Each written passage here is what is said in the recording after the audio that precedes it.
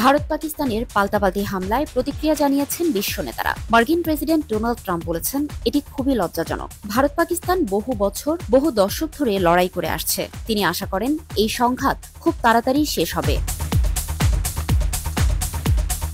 জাতিসংঘ মহাসচিব Antonio Guterres বলেছেন, ভারতের সেনা অভিযান আন্তর্জাতিক সীমান্ত এবং নিয়ন্ত্রণ রেখা অতিক্রম করেছে। এতে তিনি গভীরভাবে উদ্বিগ্ন। তিনি উভয় দেশের প্রতি সর্বোচ্চ ধৈর্য দেখানোর আহ্বান জানিয়েছেন। ভারত ও পাকিস্তানের মধ্যে সামরিক সংঘাতের ঝুঁকি বিশ্ব আর বহন করতে পারবে না বলেও উল্লেখ করেছেন জাতিসংঘ মহাসচিব। সংযুক্ত আরব আমিরাতে উপ পররাষ্ট্রমন্ত্রী শেখ আবদুল্লাহ বিন জায়েদ আল নাহিয়ান বলেছেন, ভারত পাকিস্তান যেন এমন কোনো পদক্ষেপ না নেয় যা আঞ্চলিক ও বৈশ্বিক শান্তির জন্য হুমকি হয়ে দাঁড়ায়। সংকট মোকাবিলায় কূটনীতি ও সংলাপই সবচেয়ে কার্যকর উপায়। জাপানের প্রধান মন্ত্রিপরিষদ সচিব ইয়োশিমাসা হায়াশি বলেছেন, ভারত পাকিস্তান সংঘাত যদি পাল্টাপাল্টি প্রতিশোধমূলক হামলায় রূপ নেয় তাহলে তা পূর্ণাঙ্গ সামরিক সংঘাতে পরিণত হতে পারে। জাপান উভয় দেশকে ধৈর্য দেখানোর এবং সংলাপের মাধ্যমে উত্তেজনা প্রশমনের আহ্বান জানিয়েছে।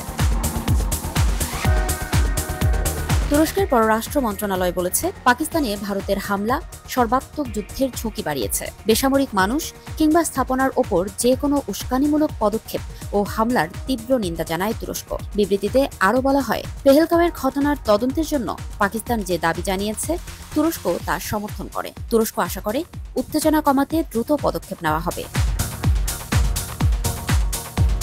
ফ্রান্সের পররাষ্ট্রমন্ত্রী জান-নোয়েল বারো বলেছেন, ভারত ও পাকিস্তান উভয়কে সংযম প্রদর্শন করে বেসামরিক নাগরিকদের নিরাপত্তা নিশ্চিত করতে হবে।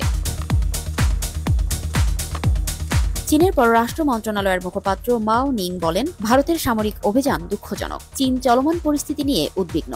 শান্তি ও স্থিতিশীলতার স্বার্থে উভয় দেশকে শান্ত থাকতে, সংযম দেখাতে এবং উত্তেজনা বাড়ায় এমন পদক্ষেপ থেকে বিরত থাকতে অনুরোধ জানিয়েছে চীন। রাশিয়া বলেছে, ভারত ও পাকিস্তানের মধ্যে ক্রমবর্ধমান সামরিক সংঘাতে তারা গভীরভাবে উদ্বিগ্ন।